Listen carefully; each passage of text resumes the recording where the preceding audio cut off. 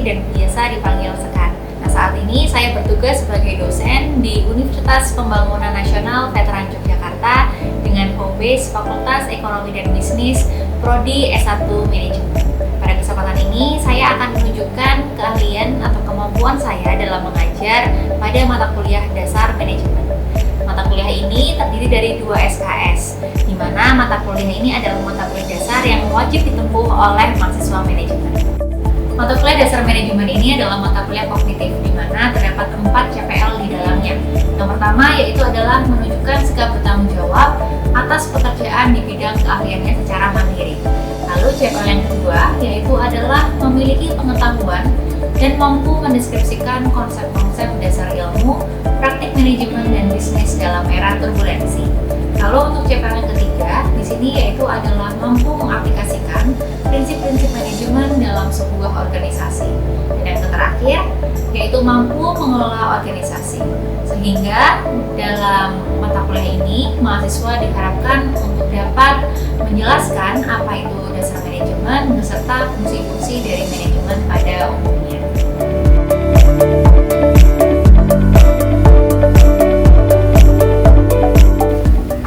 Assalamualaikum warahmatullahi wabarakatuh.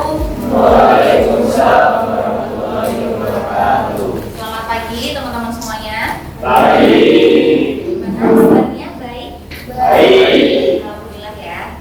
Oke, seperti biasa sebelum kita mulai perkuliahan kita berdoa terlebih dahulu. Mau kelas yang memimpin? Silakan.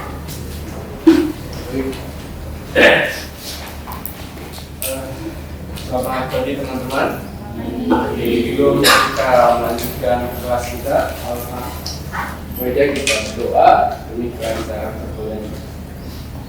Baik teman-teman, berdoa di dalam hati di persidangan.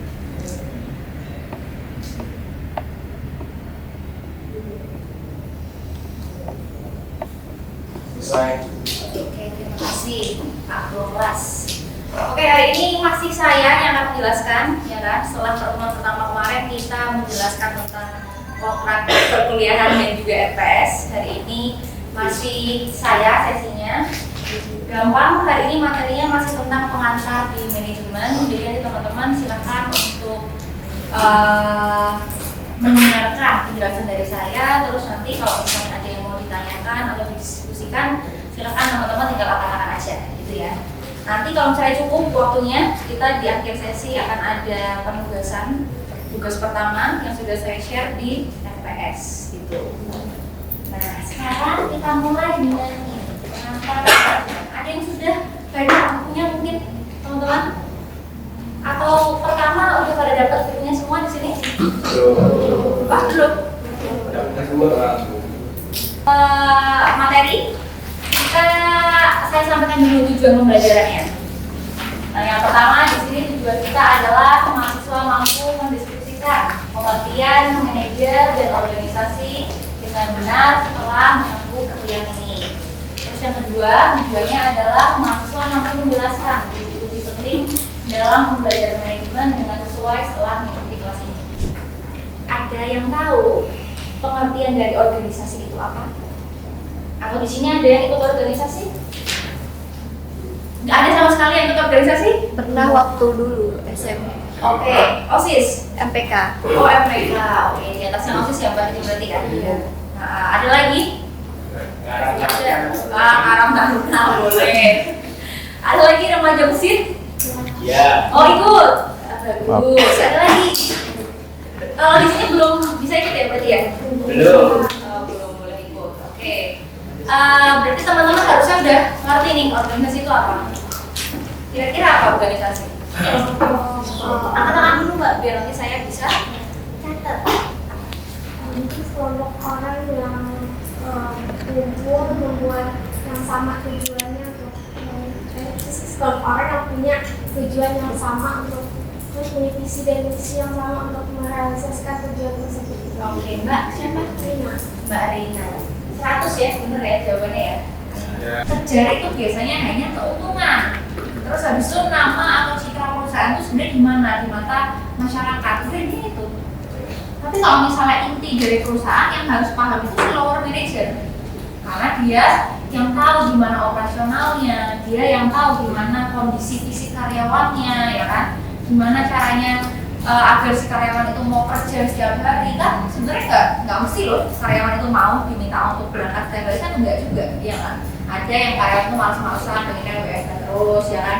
Karena mungkin nggak kebiasaan COVID gitu kan ya, kan ada yang kayak gitu. Jadi yang sebenarnya punya tanggung jawab yang besar itu adalah lower manager. Jadi intinya adalah melakukan pekerjaan itu sehingga pekerjaan itu bisa selesai dan intinya tujuan organisasi itu akan tercapai. Yang mana antara tiga itu?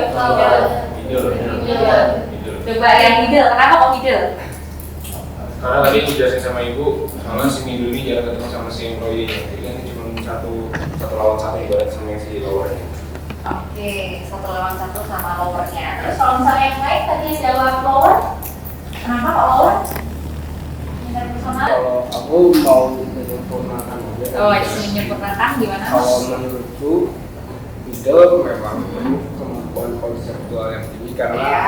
posisinya yang strategis di tengah antara dia bisa ya hubungan langsung dengan top manager lower. Jadi di sini dia punya pandangan yang sentral untuk mengambil keputusan yang lebih bijak juga. Menurut saya sih. Oke, ada yang punya pendapat lain dengan middle? Ngomong kasual ada? Nah, top. Kenapa kok top? Karena itu kan mampu menganalisis situasi, jadi kan dia yang mengambil keputusan gitu. Oh gitu. Ayo lagi mungkin thank you Mbak Reva ya. Nah, bacain aja. Dapatkan prinsip-prinsip manajemen ilmiah membantu Anda menjadi lebih baik dan efisien. Pilih tugas yang Anda lakukan secara teratur seperti mencuci, menyiapkan makan malam, berbelanja, belajar, atau ujian dengan lain. Nah, analisislah dengan menuliskan langkah-langkah. Misalnya bangun dari jam 5 sampai jam sekian, gitu ya. Gitu. Nanti saya kasih waktu 10 menit aja. Silakan didiskusikan 10 menit kok. Terus nanti kalau misalnya ada yang mau presentasikan 1-2 kelompok, saya persilakan untuk nambahnya. Gitu ya.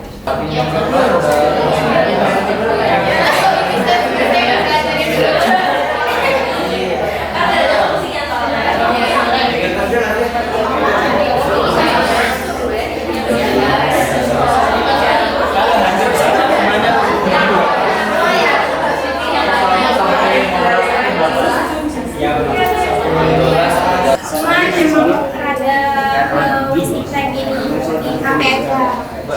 Nah jadi tuh ini ngambil dari aktivitas aku. Pertama di 3:30 sampai 6:30 itu aku bangun tidur. Terus saya bangun tidur. Terus salat malam. Habis itu dia Yang lain, ayo kita perhatiannya. Kasihan temennya di depan. habis salat malam ya mandi bersih-bersih sambil nungguin waktu subuh biasanya ngaji sih. Masya Allah. Habis ngaji itu lagi bersih-bersihin kamar kayak nyapu, ngepel atau enggak masak nasi. Nah, habis itu kan berangkat kuliah biasanya jam 7 ya. Nah itu aku sama temen kosku dari kos dari jamnya 6.45an. Nah 6.45 itu kuliah kan ada yang break dulu ada yang enggak, tapi rata-rata selesainya di sekitar mungkin habis zuhur. Nah itu ya udah belajar kayak biasa, mengikuti kelas, diskusi. Terus biasanya kalau habis pulang kuliah itu dari jam 12 sampai jam 3 itu main sama teman. Ini kadang-kadang doang sih, cuma karena kita nggak ada yang begitu atur, jadi ya udah kita masukin aja. Terus habis sampai jam 3 nongkrong teman, terus pulang ke kos. Pulang ke kos ya udah sama ibadah, makan, sama nyari makanan sih palingan, terus sama itu, sama main HP, bahas, scroll TikTok. Terus di jam pokoknya itu sampai jam 7 itu kayak gitu terus sih, waktunya nggak ngulang belajar di kelas tadi ataupun belajar buat hisab. Tugasnya berarti silahkan dikumpulkan nanti via WA grup aja, gampang. Silahkan dikirimkan dalam bentuk PDF, oke? Nanti bentuknya itu bisa poster atau bisa PPT, silakan teman-teman buat. Nah, yang penting di situ ada tadi seperti timetable-nya. Terus habis itu nanti ada analisis masalahnya sama solusinya gimana. Jangan lupa kasih nama kelompok. Oke, teman-teman semuanya, terima kasih atas partisipasinya hari ini. Semoga apa yang kita pelajari bersama bisa bermanfaat. Intinya hari ini kita udah belajar ya kurang lebih ada beberapa hal ya, ada pengertian-pengertian dasar dari manajemen, terus habis itu fungsi dari manajer itu sendiri, ada tingkatan juga dari manajemen itu apa aja. Jadi saya asumsikan teman-teman di sini sudah memiliki pengetahuan dasar tentang apa itu manajemen secara umum, gitu ya. Terus untuk tugasnya nanti silahkan dikumpulkan seperti yang sudah saya jelaskan. Habis itu untuk pertemuan selanjutnya teman-teman sudah mulai presentasi, ya kan? Nanti teman-teman kelompok 1 silahkan untuk menyiapkan materinya. Terus jangan lupa juga nanti dikumpulkan H-1 sebelum pertemuan itu dimulai. Harapannya teman-teman yang lain bisa belajar dulu. Gitu. Dari sini ada yang menanyakan atau sudah cukup? Cukup? Kalau cukup saya akhiri. Terima kasih atas partisipasinya hari ini. Semoga apa yang kita pelajari bersama bisa bermanfaat. Saya tutup. Wassalamualaikum warahmatullahi wabarakatuh. Terima kasih. Itu tadi adalah video pembelajaran dari saya. Semoga apa yang saya sampaikan bermanfaat. Wassalamualaikum warahmatullahi wabarakatuh.